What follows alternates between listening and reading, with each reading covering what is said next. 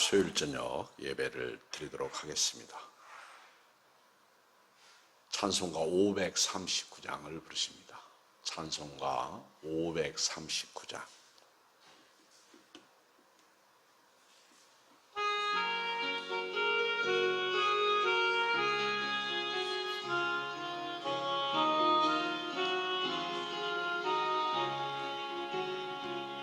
너 예수께 조용히 나가 내 모든 짐 내려놓고 주 십자가 사랑을 믿어 죄 사함을 너 받으라. 주 예수께 조용히 나가 내 마음을 쏟아놓으라. 너를 미리 모시는 주님 그 은혜를 베푸시리. 주 예수의 은혜를 입어 내 슬픔이 없어지리.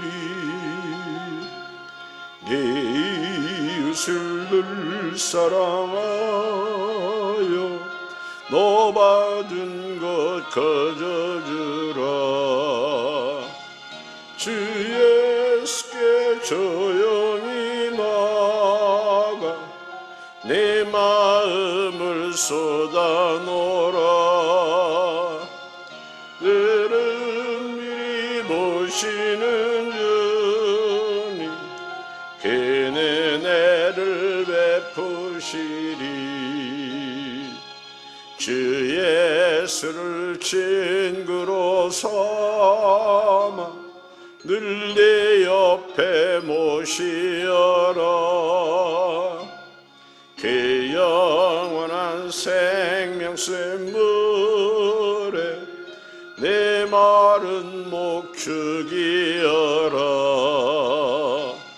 주 예수께 조용히 나가 내 마음을 쏟아놓으라. 너를 미리 모시는 주님 그 은혜를 베푸시리. 너 주님과 사귀어 살면 새 생명이 넘치리라. 주 예수를 찾는 이 앞에 참 밝은 빛 비추어라.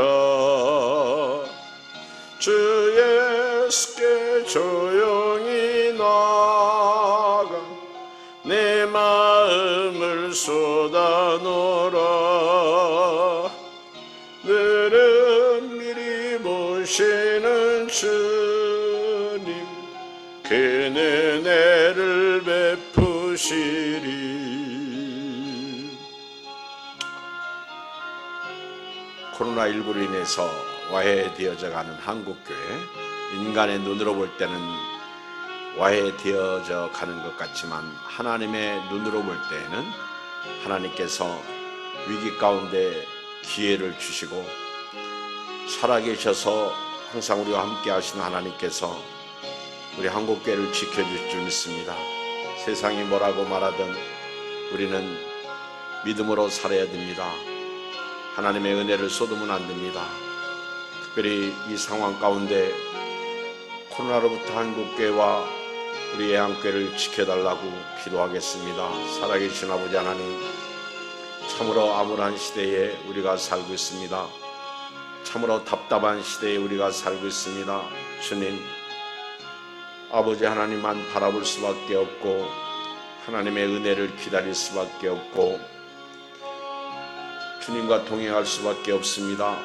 주님이여, 우리 대한민국 한국교회를 불쌍히 여겨 주시옵소서. 지금 세상은 모든 나라의 어려움, 경제의 어려움을 교회 탓으로 돌리고 있습니다. 참으로 처분이 없는 이런 현상 앞에서 마귀가 발악을 하고 있는데 우리는 이런 때일수록 깨어 있어야 합니다. 정신 차려야 합니다. 하나님의 도움을 구해야 합니다. 기도해야 합니다. 하나님 아버지 도와주시옵소서. 하나님 아버지 인도하여 주시옵소서. 하나님 아버지여 불쌍히 여겨 주시옵소서. 너희 염려를 다 주께 맡겨버리라고 하셨사오니 하나님 우리 염려를 맡기지만 하나님 코로나가 교회를 조여오고 있고 세상이 교회를 조여오고 있고 시민들이 교회를 조여오고 있습니다. 하나님이여 못 먹는 감 찔러나 본다고 하나님이여 신고하는 그런 사람들이 너무 많습니다.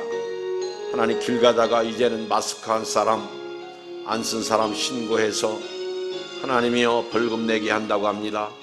참으로 어처구니 없는 이런 신고제를 보면서 아버지 하나님이여 이 나라가 어디로 가고 있는지 윤리도 무너지고 도덕도 무너지고 사람의 아버지 하나님이여 좋은 생각도 무너지고 있습니다. 하나님이여 세상은 나만 살면 다른 사람이 어떻게 되든 개의치 않습니다. 하나님이 이런 때에 믿음 생활하고 이런 때에 주님을 바라보고 이런 때일수록 주님을 의지하는 구원의 하나님을 체험케 하여 주시옵소서. 하나님 아버지 고맙습니다. 이렇게 모여서 예배할 수 있고 주님을 섬길 수 있어 감사를 드립니다. 하나님 아버지 우리가 이런 때일수록 주님을 가까이 하고 섬기고 주님을 사랑하게 하여 주옵소서. 예수님의 이름으로 기도합나이다. 아멘. 마태복음 5장 10절로 12절 말씀을 보겠습니다. 마태복음 5장 10절로 12절을 한 음성으로 같이 읽겠습니다.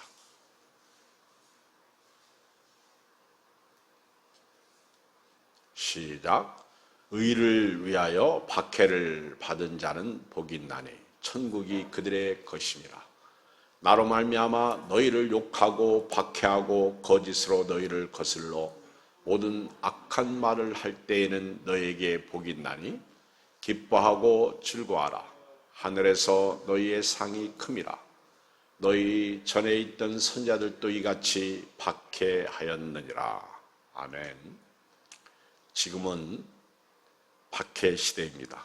어쩌면 예수님께서 이 땅에 오셔서 교회를 세우실 때부터 지금까지 박해 시대입니다. 아니 어쩌면 우리는 천국 가는 그날까지 박해 시대를 살고 있습니다. 오늘 한국교회는 박해 시대를 지나고 있습니다. 그런데 문제는 무엇 때문에 박해를 받는가 하는 것입니다. 무엇 때문에 어려움을 당하고 있는가? 마치 목적이 없는 사람이 무엇 때문에 사는지 불분명한 것처럼 예수 믿고 구원받아 천국을 소유했지만 오늘 우리가 무엇 때문에 박해받는지 그 이유를 분명히 알지 못하는 분들이 있습니다. 바울이 고백한 것처럼 우리가 아무리 박해를 받아도요, 예수님이 없으면 그 박해는 의미가 없다. 그렇게 말씀하고 있습니다. 고린도전서 15장 32절을 보면 내가 사람의 방법으로 에베소에서 맹수와 더불어 싸웠다면 내게 무슨 유익이 있으려? 죽은 자가 다시 살아나지 못한다면 내일 죽을 터이니 먹고 마시자 하리라. 바울은 분명한 사명의 목적을 가지고 있었습니다.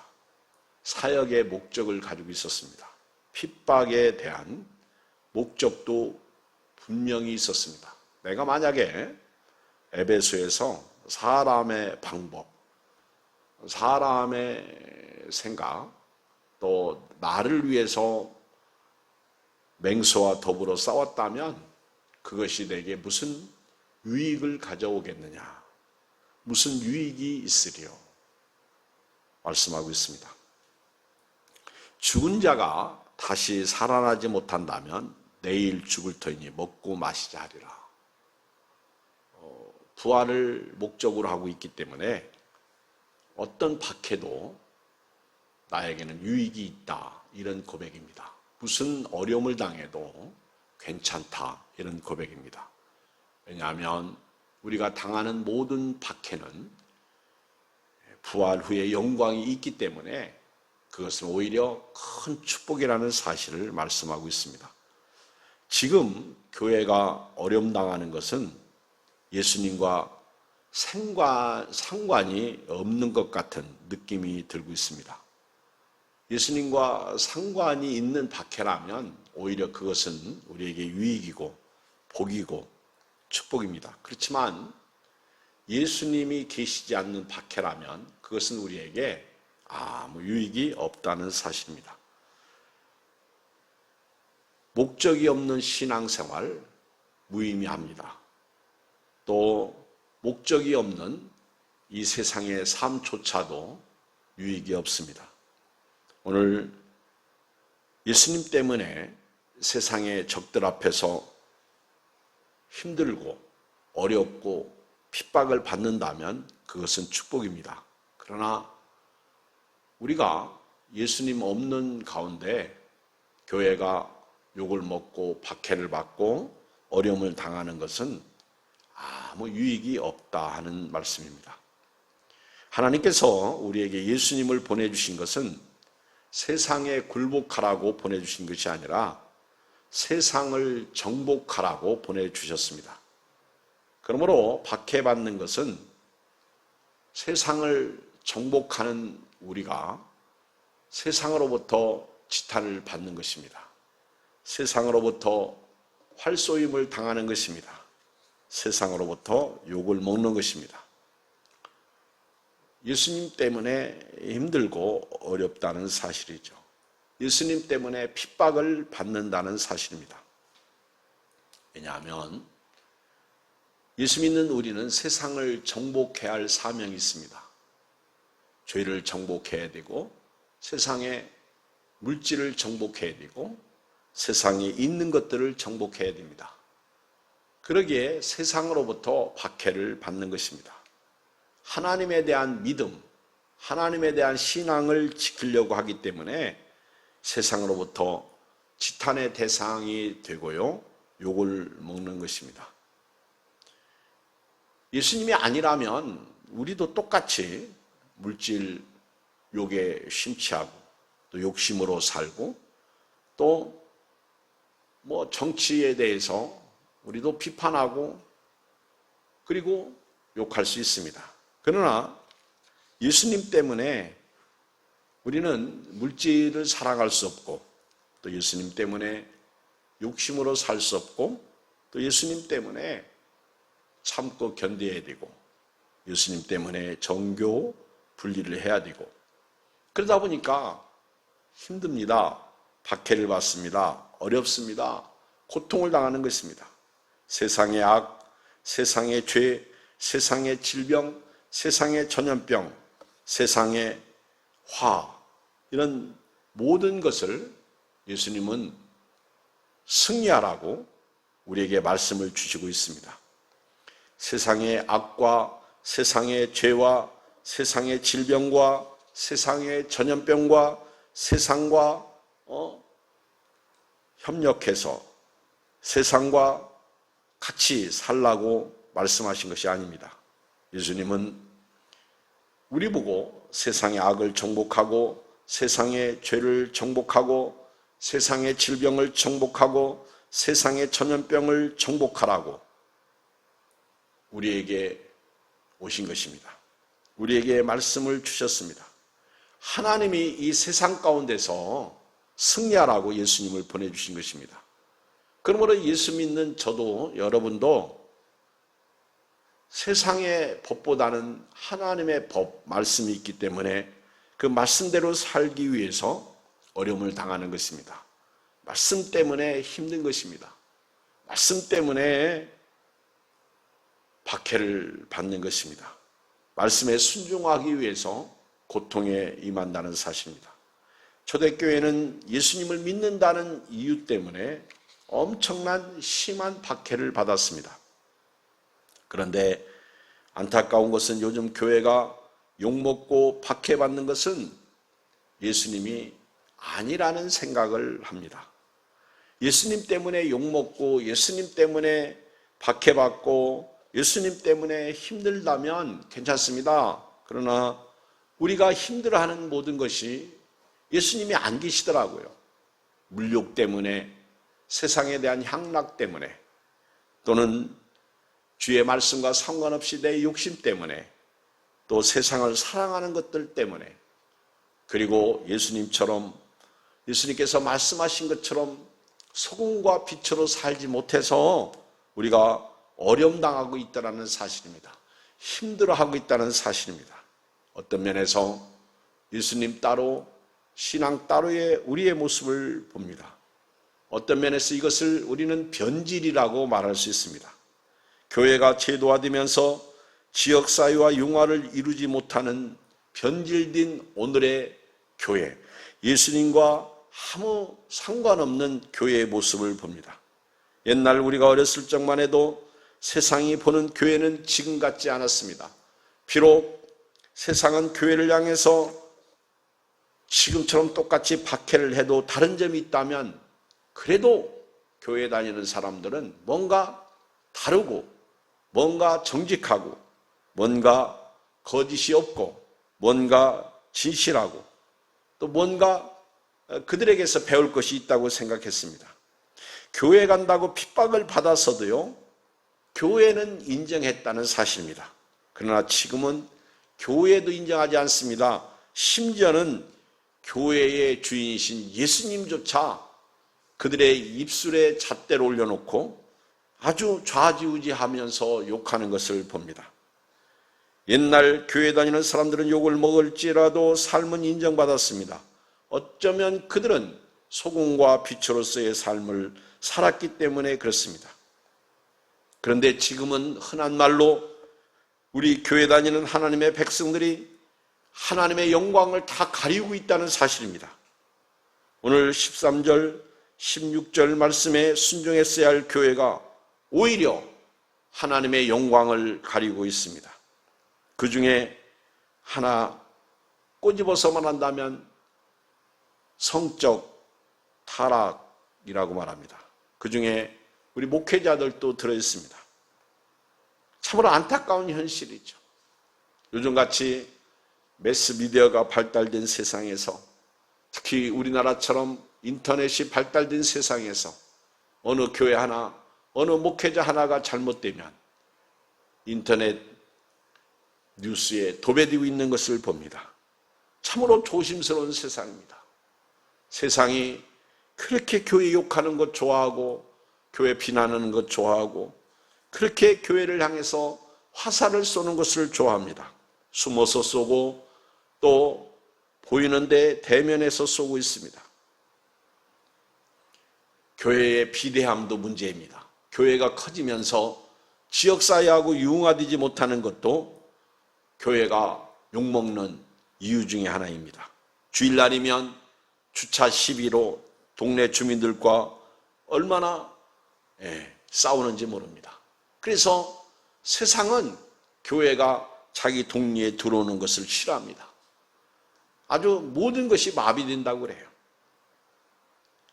예의도 없고 도덕도 없고 윤리도 없고 그저 대충 차를 대놓고 가면, 아파트 주변에 있는 교회들은 그 아파트에다 차를 대놓고 가면 그것으로 끝난다고 합니다. 이런 주차 시비 문제로 인해서 교회는 욕을 먹고 있습니다. 목회자들의 정치도 한몫합니다. 종교 분림에도 불구하고 너무 지나친 정치에 가담하다 보니까 정작 해야 할 목회는 하지 아니하고 그 주된 사역이 바뀌어서 차라리 정치했으면 좋을 것 같은 그런 분들이 있습니다. 너무 목회자들이 정치에 뛰어들다 보니까 세상은 그것을 바람직하게 생각하지 않습니다. 정치하는 목사님들이 주장하는 것이 틀리지 않다고 봅니다. 문제는 예수님의 뜻보다 자기 뜻이 먼저 되다 보니까 문제가 생기는 것입니다. 또 하나, 교회가 이웃과 같이 살아야 하는데 이웃에 대한 배려가 없다는 것이 문제입니다. 이웃을 사랑하고 그들에게 소금으로서 빛으로서 다가가야 되는데 소금과 빛의 역할을 하지 못하고 있습니다. 이러니 교회가 욕을 먹고 교회가 핍박을 받고 교회가 박해를 받는 이 환난, 이 박해 시대에 할 말이 없는 거예요. 예수님이 안 계신 것입니다. 예수님 때문에 욕을 먹는다면 차라리 괜찮습니다. 복음을 전하다가 욕을 먹고 침뱉음을 당하고 심지어는 매맞음을 당한다면 그것은 기뻐하고 즐거울 일이죠. 그런데 지금 교회는 예수님 때문에 욕먹는 게 아니라고 생각되어집니다. 다는 아니겠지만 그런 생각이 든다는 사실입니다. 그러니 코로나19 앞에서 속수무책으로 무너지고 있습니다. 여러분, 예수님이 없으면요, 어차피 이 세상은요, 다 무너지고 맙니다. 오늘 예수님 때문에 일어서는 것이고, 예수님 때문에 참는 것이고, 예수님 때문에 믿음으로 사는 것이고, 예수님께서 말씀하신 것 때문에 오늘 또 하늘의 소망을 가지고 오늘을 살고 있습니다. 왜냐하면 이 세상은 다 지나갑니다.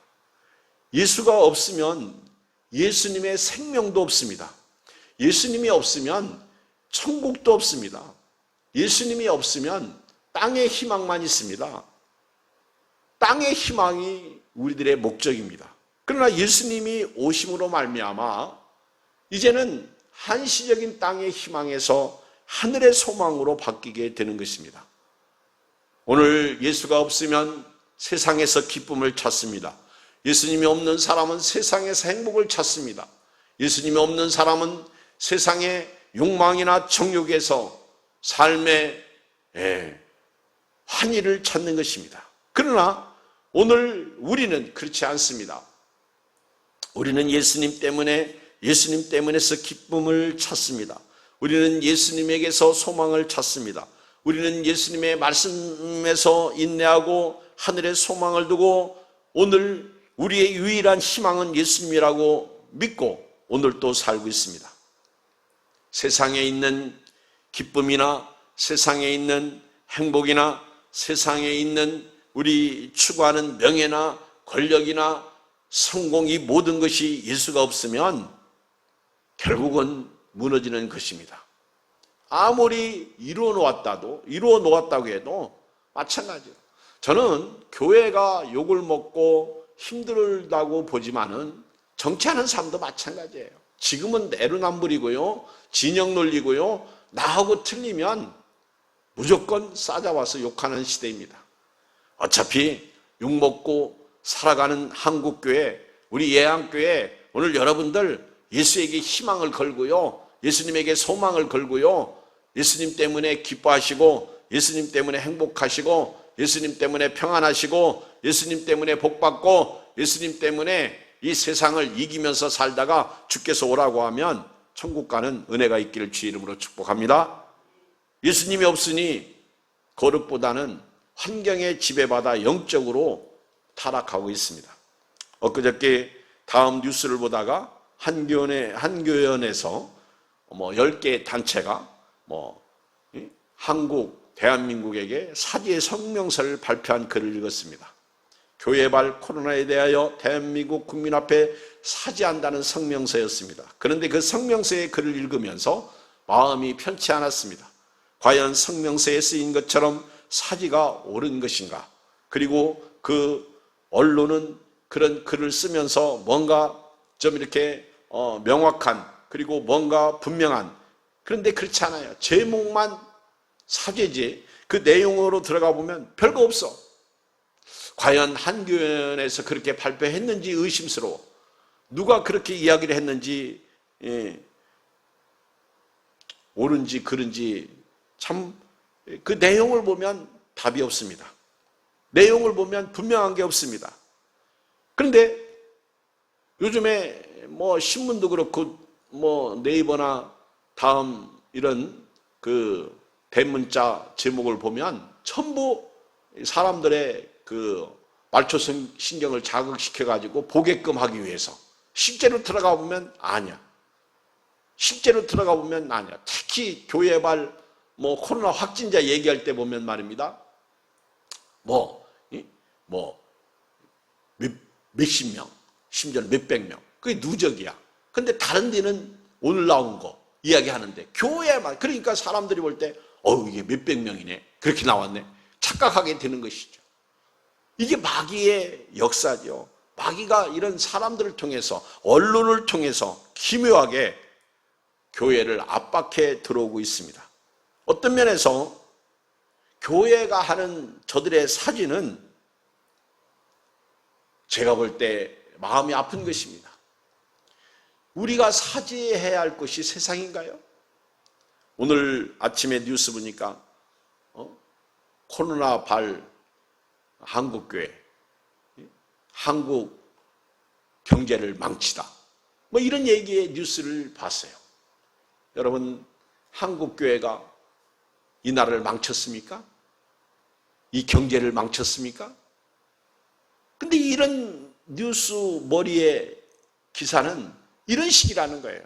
그래서 사람들로 하여금 교회가 적이 되게 만들고, 교회가 문제가 되게 만들고, 교회가 있어서는 아닐 곳이 있어서는 안 될 곳이 되게 만들고, 아주 교회를 이런 식으로 몰아붙이고 있습니다.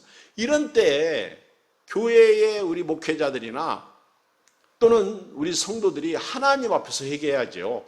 제가 생각할 때 사죄한다면요, 하나님 앞에서 해야 됩니다. 사람 앞에서 사죄하면 안 됩니다. 만일 우리가 우리 죄를 자백하면 하나님은 미쁘시고 의로우사 우리의 모든 죄를 사하신다고 그러시지 않았습니까? 근데 우리가 사람 앞에서 사죄한다고 그들이 내가 용서해 줄게 그럴 줄 아세요? 절대 그렇지 않습니다. 저나 여러분들이 예수 믿으면서 말씀을 가진 사람으로 정말 조심해야 돼요. 세상은요, 떡을 하나 줘도요, 둘 달라고 그러고요, 안 주면 또 욕합니다. 우리가 떡 주었던 것 세상은 기억하지 않습니다. 잊어먹습니다. 오늘 우리 교회가 하나님 앞에 회개해야 할 부분이 뭡니까? 우리 교회가 하나님 앞에서 사죄해야 할 부분이 뭐예요?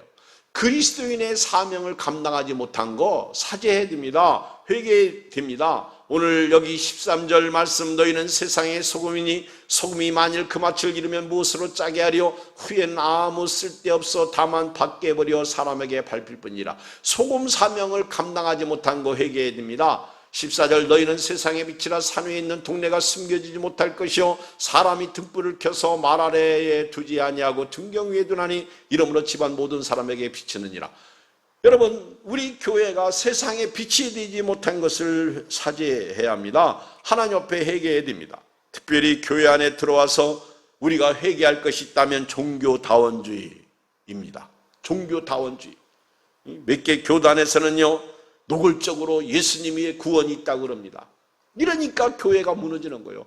교회에 우상이 들어온 거예요. 이거 회개해야 됩니다. 하나님 앞에 사죄해야 됩니다. 성적 타락을 막지 못한 것을 회개해야 됩니다. 이거 회개해야 됩니다. 정신 차려야 됩니다. 하나님이 싫어하시는 것, 동참한 것을 사죄해야 됩니다. 회개해야 됩니다. 빛으로서 소금으로서 사명을 감당해야 되는데 교회가 오히려 버림당하고 밟힘을 당하고 있습니다. 오늘 10절로 12절 보십시오. 의를 위하여 박해를 받는 자는 복이 있나니 천국이 그들의 것임이라. 나로 말미암아 너희를 욕하고 박해하고 거짓으로 너희를 거슬러 모든 악한 말을 할 때에는 너희에게 복이 있나니 기뻐하고 즐거워하라. 하늘에서 너희 상이 큼이라. 너희 전에 있던 선자들도 이같이 박해하였느니라. 오늘 예수님께서 우리 박해에 대한 교훈을 말씀하고 있습니다. 첫째로 의를 위하여 박해받는 자가 복이 있다. 천국이 이런 사람의 것이라고 말씀하고 있습니다. 예수님 때문에 박해받는 사람이 복 있는 사람이에요. 오늘 우리가 어렵나하고 힘들고 세상으로부터 욕을 먹을 때 예수님만 계시면 괜찮습니다. 그것은 상이에요. 그것은 축복이에요.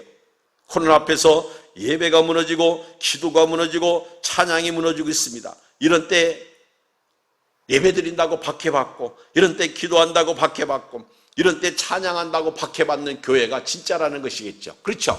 예수님 때문에 박해받는다면 그것은 은혜요 축복입니다. 다니엘이 그랬죠. 다니엘이 왜 사자굴에 들어갔습니까?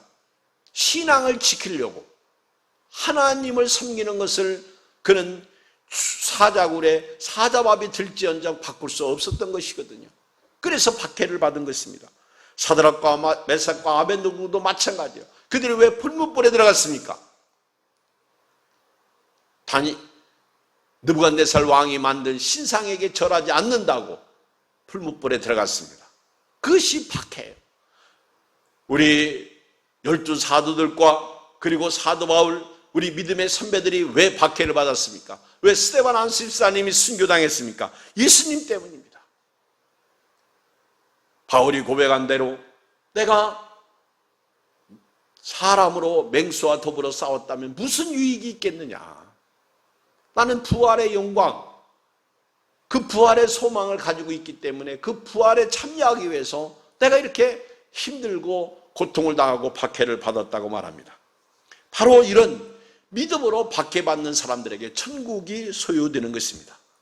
10절 다시 한번 읽습니다. 의를 위하여 박해를 받은 자는 복이 있나니 천국이 그들의 것입니다.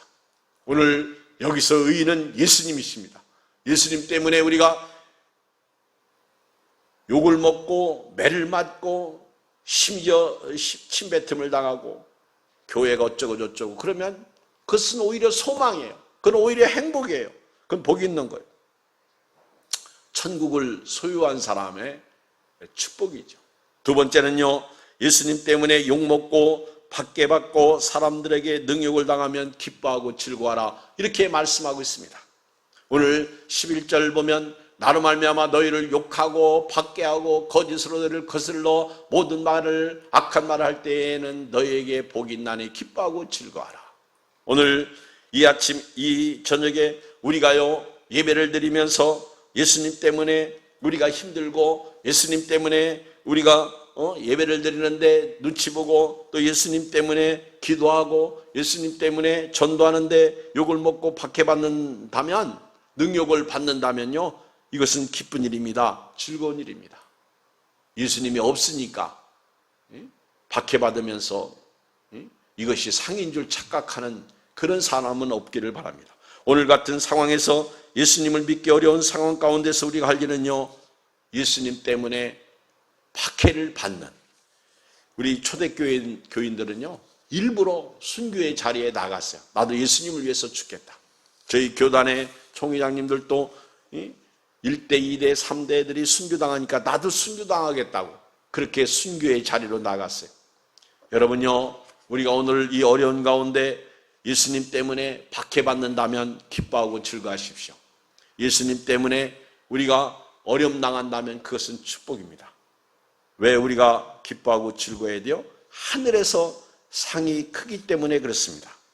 예수님 때문에 박해받는다면요, 하늘에서 상이 크다고 오늘 성경은 말씀하고 있어요. 오늘 같은 상황에서 오늘 저와 여러분들이 예수님 때문에 신앙생활하는, 오직 예수님만 모시고 살아가는 믿음이 있어야 됩니다. 오늘 11절을 같이 읽어봐요. 시작. 나로 말미암아 너희를 욕하고 박해하고 거짓으로 너희를 거슬러 모든 악한 말을 할 때는 너희에게 복이 있나니 기뻐하고 즐거워하라. 하늘에서 너희의 상이 큼이라. 어쩌면요, 오늘 우리가 지금 믿음으로 사는데 이렇게 힘든데 여러분들은 상을 받는 사람들이에요. 그러니 기뻐하고 즐거워할 수밖에 없죠. 전에 우리 믿음의 선배들은 그렇게, 전에 있던 선지자들이나 사도들은 이렇게 박해를 받으면서 믿음 생활을 했습니다. 우리는 오늘 어떤 면에서 우리의 삶 속에 예수님이 계시다면 그것이 축복입니다. 그것이 행복입니다. 오늘 예수님 때문에 참을 수 있습니까?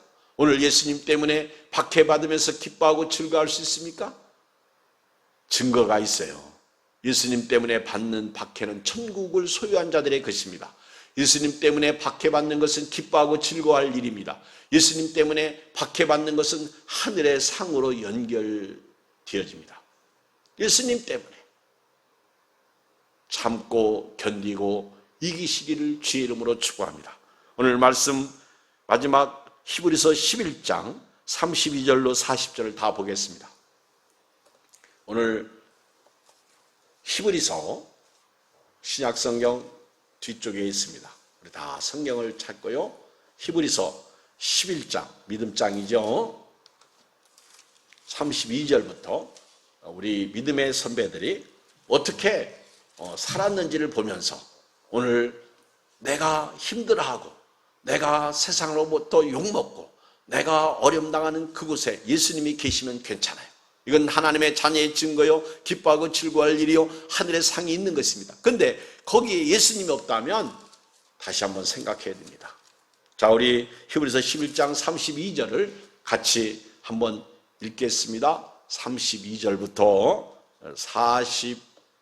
40절까지를 한번 보겠어요. 시작. 내가 무슨 말을 더하리요? 기드온, 바락, 삼손, 입다, 다윗 및 사무엘과 선지자들의 일을 말하려면 내게 시간이 부족하리로다. 그들은 믿음으로 나라들을 이기기도 하며 의를 행하기도 하며 약속을 받기도 하며 사자들의 입을 막기도 하며 불의의 세력을 멸하기도 하며 칼날을 피하기도 하며 연약한 가운데서 강하게 되기도 하며 전쟁에 용감하게 되어 이방 사람들의 진을 물리치기도 하며 여자들은 자기의 죽은 자들을 부활로 받아들이기도 하며 또 어떤 이들은 더 좋은 부활을 얻고자 하여 심한 고문을 받되 구차히 풀려나기를 원하지 아니하였으며 또 어떤 이들은 조롱과 채찍질뿐 아니라 결박과 옥에 갇히는 시련도 받았으며 돌로 치는 것과 톱으로 켜는 것과 시험과 칼로 죽임을 당하고 양과 염소의 가죽을 입고 유리하며 궁핍과 환난과 학대를 받았으니 이런 사람은 세상이 감당하지 못하느니라. 그들이 광야와 산과 동굴과 토굴에 유리하였느니라. 이 사람들은 다 믿음으로 말미암아 증거를 받았으나 약속된 것을 받지 못했으니 이는 하나님이 우리를 위하여 더 좋은 것을 예비하셨은즉 우리가 아니면 그들로 온전함을 이루지 못하게 하려 하심이라. 우리 믿음의 선배들은요, 나열하면 나열할수록 나열할 게 너무 많아서 못해. 한마디로 말하면 그들은 믿음으로 이겼다는 거예요. 그들은 기도로 이겼다는 거예요. 그들은 말씀으로 불의의 세력을 멸했다는 거예요. 그들은 부활을 얻고자 하여 구차히 고난을 피하지 않았다는 거예요. 부활 때문에 풀려나기를 원하지 않았다는 거예요. 부활 때문에 그들은 죽음에까지 이르렀다는 것이죠. 옥에 갇히기도 하고 매도 맞고 결박당하고 채찍 맞고 죽음에 이르기까지 그렇게 살았다. 왜? 약속을 가지고 있었기 때문에. 오늘 우리 예수님 때문에 예수님을 모신 자로서 오늘 믿음을 지키면서 이런 박해 시대 가운데서 승리하시기를 주의 이름으로 축복합니다. 우리 같이 기도하겠어요. 살아계신 아버지 하나님, 은혜와 사랑을 진실로 감사합니다. 하나님, 지금 우리가 어렵고 힘들어하는 것들이 예수님이 계시면 그것은 축복입니다. 그러나 예수님이 계시지 않다면 다시 한번 우리는 생각해야 됩니다. 지금 내가 박해받는 것, 힘들어하는 것은 예수님 때문이라면 천국을 소유한 것이고 기뻐하고 즐거워할 수 있습니다. 하늘에서 상이 크기 때문에 그렇습니다. 그러나 예수님이 없다면 하나님이여 의미가 없습니다. 유익이 없습니다. 오늘 아버지 하나님, 우리 예양교회가 함께한 우리 믿음의 식구들이 이 믿음을 지키고 이 은혜 가운데 다 복된 생애들을 살게 해 주시옵소서. 성령 하나님께서 한국을 지켜주시고 위정자들에게 함께 해주시고 특별히 하나님이여 나라를 통치하는 자들과 그리고 각 도지사들, 시장들이 교회의 핍박을 거두게 하여 주옵소서. 하나님을 두려워하게 하여 주시옵소서. 하나님이여, 하나님은 안 보이지만 살아계셔서 역사하십니다. 비록 우리의 손에 만진바됨이 없고 우리 눈에 안 보이고 하나님께서 일하시는 것이 느껴지지 않지만 하나님은 지금도 길을 내시고 일을 행하시고 기적을 하나님 만드시고 또 약속을 지키시고 어둠 가운데 빛으로서 우리에게 계신 하나님이십니다. 하나님, 우리가 우리를 사랑해서 우리를 위하여 자기 아들을 아끼지 아니하시고 보내주신 그 하나님의 사랑 앞에서 오늘 또 예수님 믿는 믿음으로 십자가와 부활을 가진 성도로서 믿음을 지키면서 승리하고 또 승리케 하여 주옵소서. 예수님 때문에 예배드리고 예수님 때문에 기도하고 예수님 때문에 오늘 같은 상황에서 영혼 구원하고 예수님 때문에 어려워도 교회를 세우고 예수님 때문에 하나님의 몸도 드리고 마음도 드리고 우리 물질도 드리고 예수님 때문에 우리 모두 다 승리만 있게 하여 주시옵소서.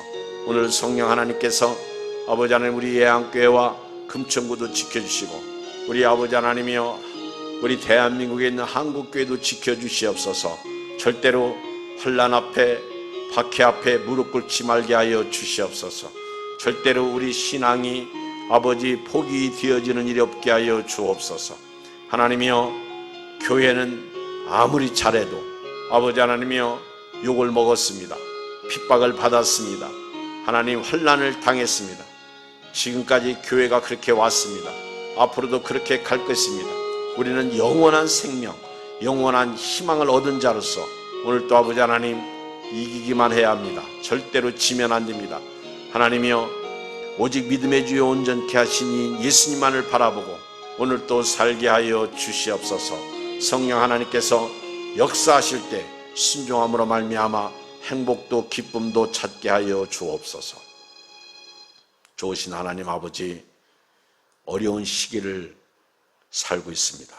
어려운 때에 신앙생활하고 있습니다. 지금은 나라도 정치도 세상도 국민도 교회를 향해서 무수히 화를 쏘아대고 있습니다. 이때 의인의 터가 무너지면 아무 의미가 없습니다. 주여, 저들이 화살을 쏘고 우리를 죽이려고 해도 다니엘처럼 사드락과 메삭과 아벳느고처럼 우리 예수님의 제자들처럼 사도 바울처럼 부활의 소망을 가지고 오늘을 이기게 하여 주시옵소서. 모든 영광 주께 드렸고 우리 함께 예배하는 모두를 다 축복하옵고 예수 그리스도의 이름으로 기도하옵나이다. 아멘. 하늘에 계신 우리 아버지여, 이름이 거룩히 여김을 받으시오며 나라가 임하시오며 뜻이 하늘에서 이루어진 것 같이 땅에서도 이루어지이다. 오늘 우리에게 일용할 양식을 주시었고 우리가 우리에게 죄 지은 자를 사하여 준 것 같이 우리 죄를 사하여 주시었고 우리를 시험에 들게 하지 마시었고 다만 악에서 구하시옵소서. 나라와 권세와 영광이 아버지께 영원히 싸움나이다. 아멘.